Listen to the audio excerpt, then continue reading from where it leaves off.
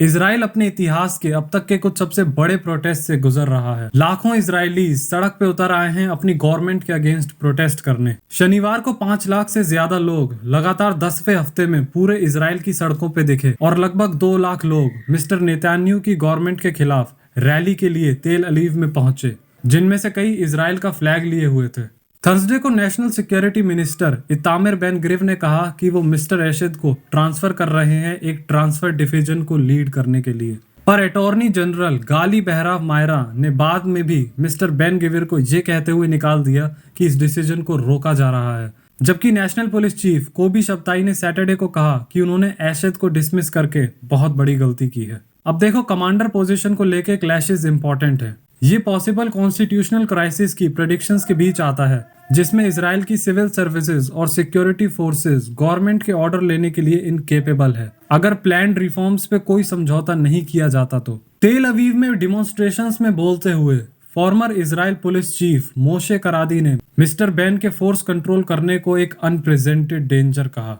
उन्होंने कहा कि ये क्रिमिनल था जो पुलिस के हॉस्टाइल टेकओवर को लागू कर रहा था और अपने पॉलिटिकल पर्पसेस को पूरा करने के लिए इसे एक प्राइवेट मिलिटिया में बदलने की कोशिश कर रहा था। मिस्टर बेन को एक जूइश एक्सट्रीमिस्ट ग्रुप का साथ देने के लिए, रेसिस्ट इंसाइटमेंट और टेररिज्म का साथ देने के लिए पहले ही दोषी ठहराया जा चुका है। और उन्होंने कहा कि पिछले हफ्ते प्रोटेस्टर्स के खिलाफ वाटर कैनन और स्टन ग्रेनेड्स करने वाले फोर्सेस के साथ और सड़कों को ब्लॉक करने वाले प्रोटेस्टर्स के प्रति पुलिस की जीरो टॉलरेंस होगी। साउथर्न सिटी ऑफ बियर शेवा में बोलते हुए मिस्टर लैपिड ने वार्निंग दी कि देश एक अनप्रेजेंटेड क्राइसिस का सामना कर रहा है। उन्होंने कहा, आतंकवाद की लहर हमें मार रही है, हमारी इकोनॉमी क्रैश कर रही है, पैसा देश से बाहर जा रहा है। ईरान ने कल ही सऊदी अरेबिया के साथ एक नए समझौते पर हस्ताक्षर किए हैं, लेकिन इस सरकार को सिर्फ एक ही चीज की पड़ी है, वो है इजराइल के लोकतंत्र को कुचलना। उत्तरी शहर हाइफा में शनिवार को रिकॉर्ड 50,000 लोगों ने जुलूस निकाला।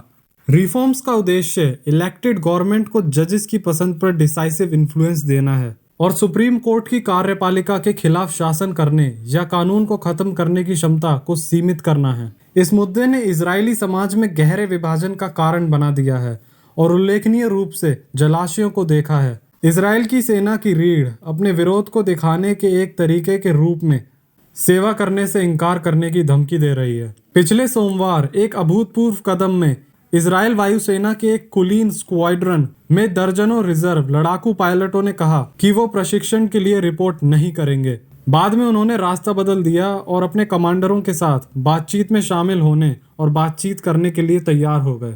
थर्सडे को प्रोटेस्टर्स ने सड़कों को अवरुद्ध कर दिया और मिस्टर नेतन्याहू को देश से बाहर जाने से रोकने का प्रयास किया। बाद में उन्होंने रोम के लिए उड़ान भरी। सरकार हंगामे का सामना करने के लिए अड़िग है, दावा करती है कि राजनीतिक विरोधियों द्वारा विरोध को हवा दी जा रही है। आलोचकों का कहना है कि नियोजित सुधार जो पहले से ही संसद के माध्यम से अपना रास्ता बना रहे हैं, न्यायपालिका का राजनीतिकरण करेंगे और एक सत्तावादी सरकार का नेतृत्व कर सकते हैं। मिस्टर नेतन्याहू का कहना है कि सुधारों को अदालतों को उनकी शक्तियों का उल्लंघन करने से रोकने के लिए डिजाइन किया गया है और उन्हें पिछले इलेक्शन में इजरायली जनता द्वारा वोट दिया गया था।